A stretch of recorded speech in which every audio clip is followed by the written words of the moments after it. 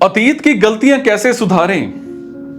आपको एक बात बताता हूं। मेरा एक स्टूडेंट था, सेमिनार चल रहा था, कहता कि मैं ये जानना चाहता था कि जो हमारे दिमाग की कंडीशनिंग या ट्रेनिंग हो रखी है, जो अतीत में गलतियां हो चुकी हैं, उनको ठीक कैसे करा जाए, उनसे आगे के लिए सीख ली जाए और आगे वो चीजें ना हो, क्या करूं। तो मैंने कहा कि नहीं, अतीत की तो कोई गलती आपको परेशान करने कभी भी नहीं आती। बेचारा अतीत ही जा चुका है, उसकी गलती कैसे बची रहेगी, यह धारणा बिल्कुल मन से निकालिए। हम में से कोई भी कभी भी अतीत की गलतियों से परेशान नहीं होता, भले ही हमें ऐसा लगता हो। अगर आप परेशान हैं इस वक्त, तो कोई गलती हो रही है आपसे इस वक्त, यह अच्छे से समझिए। और इस वक्त जो हम गलती कर रहे हैं, उसको ना सुधारने का बहाना है यह कहना कि हमारा कष्ट तो अतीत से है। नहीं, आपका कष्ट अतीत से नहीं है, आपका कष्ट वर्तमान में है और वर्तमान से ही है। अतीत जैसा कुछ होता नहीं, जो नहीं है उसको भूत बोलते हैं। ना भविष्य जैसा कुछ होता है, वो तो अभी पैदा ही नहीं हुआ। आपकी सारी समस्याओं का अनुभव आपको कहां होता है? इस ही क्षण में होता है। इस ही क्षण में ऐसा कुछ है जो आपको परेशान कर रहा है, और वो कहां है? वो आप में ही है। बीमार ही बीमारी है, अनुभोक्ता ही अनुभव है। जो कुछ हुआ है अतीत में, उसको वर्तमान में कौन पकड़े हुए हैं? आप ना। क्यों पकड़े हुए हो? छोड़ दीजिए अगर ज्यादा कष्ट हो रहा है। पहली बात तो पकड़े हैं, और फिर शिकायत यह कि बड़ी तकलीफ में है। तकलीफ अतीत की किसी घटना की वजह से है, या वर्तमान में भी उस घटना को पकड़े रहने की वजह से है? बताओ। तकलीफ अतीत के किसी संबंध की वजह से है, या वर्तमान में भी उसी संबंध में आसक्ति की वजह से है? आसक्ति में लेकिन खुशी मिलती है। अंदर की बात तो यह है कि आसक्ति में हमें जो खुशी मिल रही है, वो हमारी तकलीफ से ज्यादा है। अतीत से जो हमारी आसक्ति है, उससे हमें जो खुशी मिल रही है, वो उस तकलीफ से ज्यादा है जो हमें अतीत से मिल रही है। तो कुल हिसाब जब हम करते हैं तो क्या कहते हैं छोड़ने की कोई जरूरत नहीं, क्योंकि फायदा ही हो रहा है। खुशी मिल रही है 10 रुपए की, और तकलीफ हो रही है, पर तकलीफ 6 ही रुपए की हो रही है। तो ले देकर 4 रुपए का तो फायदा ही हो रहा है ना, तो तकलीफ झेले रख चलो। अभी भी आप जो शिकायत कर रहे हैं, वो शिकायत ये नहीं है कि मेरा 6 रुपए का नुकसान है। रियलिटी में आपकी अंदरूनी शिकायत यह है कि लाभ सिर्फ 4 ही रुपए का काहे को हो रहा है। 10 रुपए का होना चाहिए ना पूरा। 10 रुपए की खुशी तो मिलती ही है, लेकिन 10 में से 6 कट जाते हैं। वो 6 ना कटे, कुछ ऐसा जुगाड़ कर दीजिए ताकि 4 रुपए की जगह सीधे 10 रुपए का लाभ हुआ करे। मैं फिर पूछ रहा हूं, बहुत सीधी सी बात, अतीत से इतनी ही समस्या होती तो अतीत को आपने त्याग ना दिया होता अब तक। अतीत उछल कर आया है आपसे चिपकने, क्या वो तो मरा हुआ है अकेले, खुद अपने दम पर वो कुछ कर ही नहीं सकता। उसमें कोई चेतना नहीं, कोई प्राण नहीं। अतीत से चिपकने का भी डिसीजन किसका है? बताओ। आपके पास चेतना है, चुनाव आप करते हो। अतीत बेचारा क्या चुनाव करेगा? और ऐसा आप चुनाव कर रहे हो तो उसमें आपको कहीं ना कहीं लाभ दिख रहा है। 10 रुपए वाला, उसकी हम बात नहीं करते, वो छुपा जाते हैं। देखो, अगर आप कहेंगे कि आपके पास चुनाव का हक ही नहीं है, तो फिर हम आगे बात नहीं कर सकते। फिर तो मैं एक पत्थर से बात कर रहा हूं ना। पत्थरों के पास कोई हक नहीं होता कुछ चुनने का। उन्हें जहां उठाकर रख दो, वो वहीं पड़े रह जाते हैं बेचारे। वो नहीं चुन सकते कि कहां रहना है, कहां नहीं रहना है। वो नहीं चुन सकते किसके साथ रहना है, किसके साथ नहीं रहना है। वो नहीं डिसीजन ले पाते कि क्या होना है मुझे और क्या नहीं होना है मुझे। आपके पास डिसीजन की शक्ति है, इसीलिए तो मैं आपसे बात कर रहा हूं, ताकि आप सही डिसीजन ले पाएं। और अगर आपके पास डिसीजन की शक्ति है तो अतीत से कष्ट पाना भी आपका ही डिसीजन है। कोई मजबूरी नहीं है, कोई बाध्यता नहीं है। आपका डिसीजन यह है कि अतीत को बांधे फिरूंगा और उससे तकलीफ पाऊंगा। तो फिर मैं कहता हूं कि अतीत को बांधे फिर रहे हो, कुछ मजा मिल रहा होगा। कुछ गलत बोला हो तो कहो।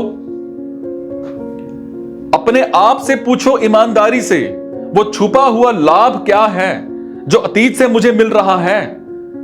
आप कहेंगे क्या छुपा हुआ लाभ है? अतीत में तो एक बहुत ही दर्दनाक और कड़वी घटना हुई थी, और उस घटना का साया आज भी मेरे जहन पर है। हो सकता है वो घटना दर्दनाक हो, कड़वी हो, हिंसक हो, लेकिन उस घटना को याद रख रख कर आप कुछ तो लाभ उठा रहे हो। अहंकार बड़ा शातिर होता है, बड़ा शातिर होता है। कुछ तो फायदा मिल रहा है ये याद रखने में कि मेरे साथ बहुत बुरा हुआ था 5 साल पहले, कहीं ना कहीं हम वसूली कर रहे हैं। पता है 5 साल पहले ना मुझे मेरे दोस्तों ने व्यापार में लूट लिया था। मैं अच्छा आदमी हूं, संसार बुरा है, मैं अच्छा आदमी हूं, मुझे मेरे दोस्तों ने लूट लिया था। मैं छोटा था, छोटी थी, तभी मेरे कुछ रिश्तेदारों ने ही मेरे साथ दुष्कर्म किया। उसे क्यों साथ लेकर के चल रहे हो? कहीं ऐसा तो नहीं कि उसकी बात कर करके, उसे याद रख रख के आज किन्हीं और रिश्तों में कोई लाभ वसूल रहे हो? क्योंकि ये तो बड़ी सहज सी बात है ना। जो चीज आपको लाभ नहीं दे रही होगी उसे आप साथ लेकर के नहीं चलोगे। आप अतीत की स्मृतियों की बात करते हो, ये तक याद है कि आज सुबह से अभी तक क्या क्या किया है। बोलो। हम ऐसे कहते हैं जैसे स्मृतियां आकर के हम पर चढ़ी जा रही हैं। स्मृतियों में अगर इतना दम होता तो इतना ही बता दो, आज 4:17 पर क्या कर रहे थे? थोड़ी देर पहले ही पूछ रहा हूं, क्या कर रहे थे? जिस भी व्हीकल से यहां तक यात्रा करके आए हो, उसका कितना किराया दिया है? हवाई जहाज का, रेल का, टैक्सी का, जिस भी चीज का ठीक ठीक बताना। याद भी है? क्यों भूल गए भाई? अतीत तो बड़ा ताकतवर होता है ना, काहे नहीं याद रखा? अतीत क्यों नहीं तुम पर चढ़ा बैठा इस मामले में? क्योंकि अतीत कभी कुछ नहीं करता। तुम ये डिसीजन कर लेते हो कि क्या याद रखना है और क्या नहीं, ये तुम्हारा डिसीजन होता है। जहां तुम्हें लाभ दिखाई देता है याद रखने में, वहां खट से याद करे बैठे हो, भले ही वो कैसी भी घटना हो, भले ही तुम ये कह दो कि दर्दनाक घटना है, मैं कैसे भुला दूं ना। उस दर्दनाक घटना को भी याद रखने में कुछ ना कुछ फायदा उठा रहे हो। मक्कारी है एक तरह की, पर ऐसी मक्कारी जिसमें अपना ही नुकसान होता है। अहंकार की यही तो बात है। वो अपनी नजर में बड़ा शातिर है, बड़ी बदमाशियां करता है। कैसी बदमाशियां? जैसा कोई छोटा बच्चा करे कि निकले थे बदमाशी करने, बदमाशी कराए और अपना ही सिर फुड़वाए। अतीत से आप वही याद रखते हैं जो आपके अहंकार को बचाए रखने में हेल्पफुल होता है, चाहे अच्छा चाहे बुरा। आप वो सब कुछ बड़ी आसानी से भुला देते हैं जो आपके अहंकार को तोड़ेगा। कल की मेरी कितनी बातें याद हैं। अतीत अगर चढ़ ही बैठता होता आपके ऊपर, तो कल मैं आपसे 4.5 या 4-4.5 घंटे बोला हूं, याद है? वो कैसे भूल गया? और 4 साल पहले का कुछ याद है? कहिए। जो कल ही बोला आपसे, वो कैसे भूल गई? स्मृति अहंकार के पीछे पीछे चलती है। ऐसा ही नहीं है कि आप बस वही चीजें याद रखते हैं जो आपके काम की हैं। आपके काम की माने किसके काम की? अहंकार के काम की। एक और आपको बहुत खतरनाक बात बताता हूं। अगर कुछ आपके काम का है तो स्मृति उसका निर्माण भी कर लेती है। भले ही वो घटना घटी हो चाहे ना घटी हो, वो घटना आपकी स्मृति में आ जाएगी। आपको ऐसा लगने लगेगा कि ऐसा हुआ था और आप बहुत आश्वस्त रहेंगे कि ऐसा तो हुआ ही था। स्मृति कोई वस्तुगत ऑब्जेक्टिव चीज नहीं होती है। अच्छा चलो एक यूज कर लेते हैं। आप जितने लोग यहां बैठे हैं, इन सब से पूछा जाए कि कल सत्र में जो कुछ कहा गया उससे रिलेटेड बस 10 बातें लिख दीजिए, 5 बातें लिख दीजिए और सबको एक एक कागज दे दीजिए कि लिखो भाई 5 पॉइंट जो कल चर्चा में रहे। और फिर आप जो लिख रहे हैं अपने पड़ोसी को दे दें, अदला बदली कर लें अपनी पर्चियों की। आप दंग रह जाएंगे कि सेशन तो एक ही हुआ था, वक्ता भी एक ही था, उसने सबसे अलग अलग बात तो नहीं बोली होगी। कैमरा तो यही बता रहा है कि भाई एक ही बात बोली गई है, तो फिर सब लोगों ने इतना अलग अलग कैसे सुना? सब लोगों को इतना अलग अलग ही कैसे याद है? मैं बताता हूं। जिसको जो नहीं सुनना उसने वो नहीं सुना। जिसकी बीमारी का जहां इलाज है उसने वो बिल्कुल नहीं सुना होगा। और जिसके लिए जो चीज काम की ही नहीं है वो उसको बिल्कुल याद होगी। जो चीज जिसके अहंकार को बढ़ाती है वो उसको तुरंत लिख लेता है झट से। और आमतौर पर आप वो नहीं लिखते जो आपको ठीक करेगा। जानते हो आप खट से क्या लिख लेते हो? आप वो लिखते हो झट से जिससे आप सहमत हो। आप वो झट से लिख लेते हो जो बात आप खुद भी पहले ही सोचते थे और उस बात का मैंने सत्यापन कर दिया। मैंने वो बात दोहरा दी।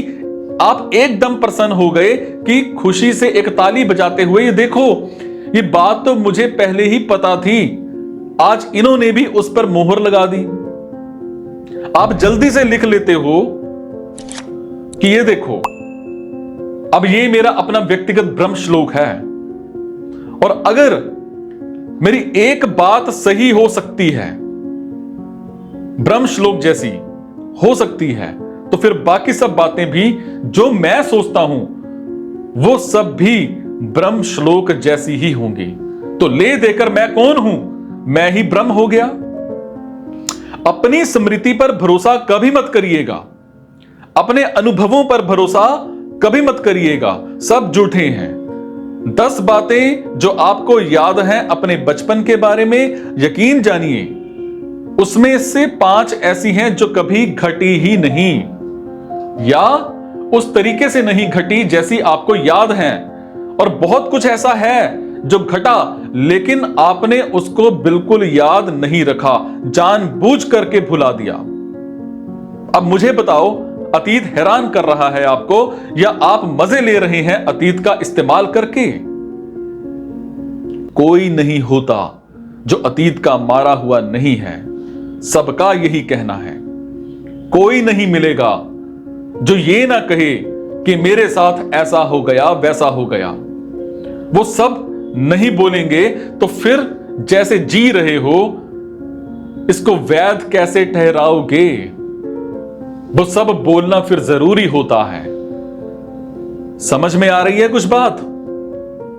इस पर तो मनोविज्ञान में सैकड़ों प्रयोग हुए हैं कि मेमोरी कितनी छोटी चीज है और वो भी एक दिन में नहीं बदलती, वो भी हफ्ते दर हफ्ते बदलती है। आपको एक घटना अभी तक याद है, ठीक है, उसको आप लिख लीजिए, ऐसा कुछ हुआ था। और जिस कागज पर आपने लिखा हो उसको कहीं छुपा करके रख दीजिए। फिर 2 महीने बाद फिर लिखिएगा कि क्या हुआ था उस दिन, उसको भी रख दीजिए।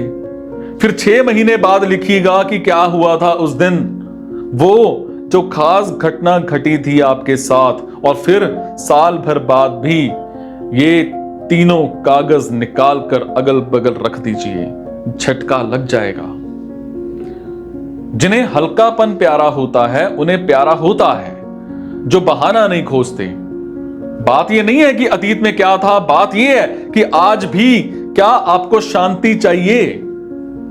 अतीत में हो सकता है आपके अशांति हो, सारा जहान ही अशांत है भाई, तो आपके घर में या आपके स्कूल में या आपके रिश्तों में अशांति थी तो ताज्जुब क्या है, पूरी दुनिया में ही है,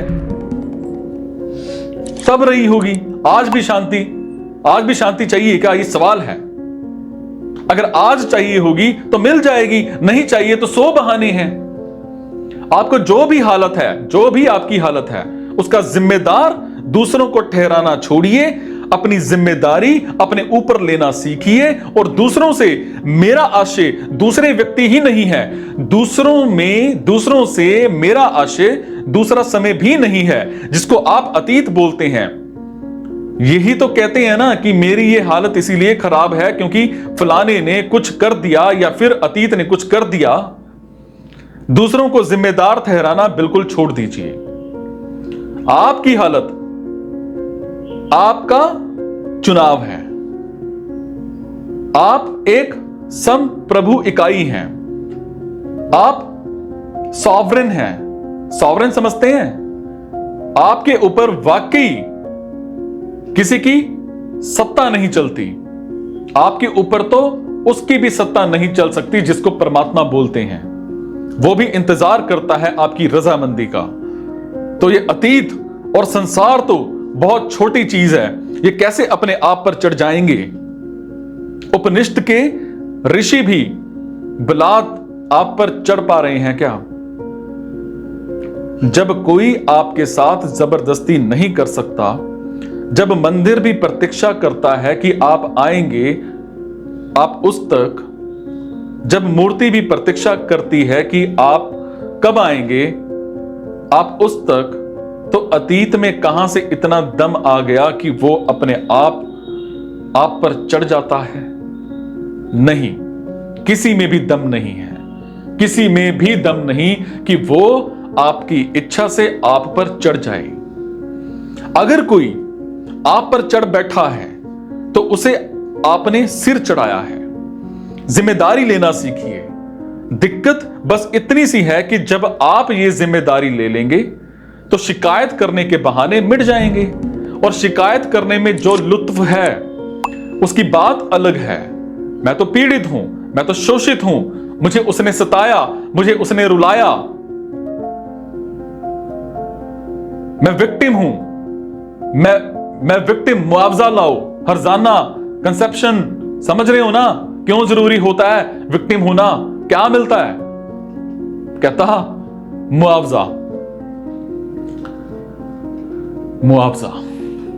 फिर मेरा जवाब था कि अतीत भी अगर आपको विक्टिमाइज मतलब यातनाएं कर चुका है तो आप फिर क्या करोगे?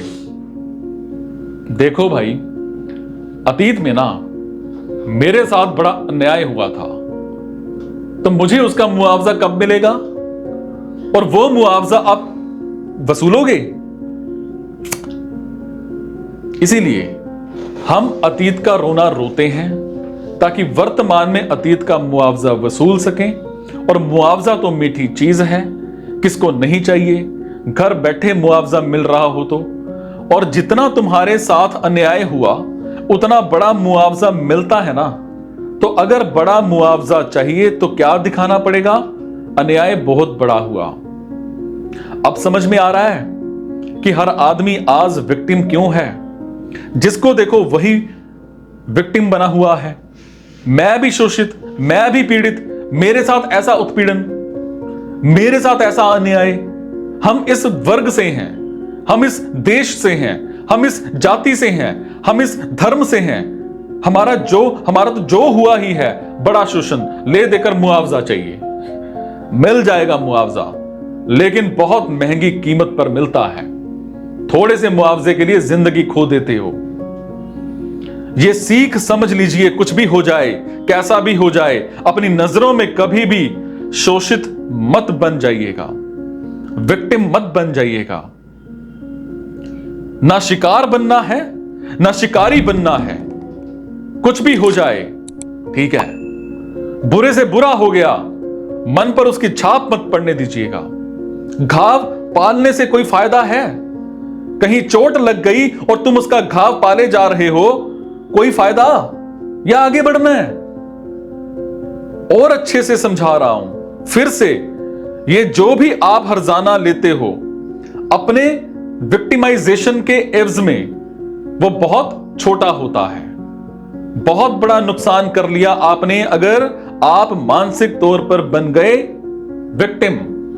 बहुत बड़ा नुकसान किया है, और उसके बदले में आपको जो कंसेप्शन मिला है वो बहुत छोटा है। भले ही वो कितना भी बड़ा कंसेप्शन क्यों ना हो, उसमें क्षतिपूर्ति नहीं होने की।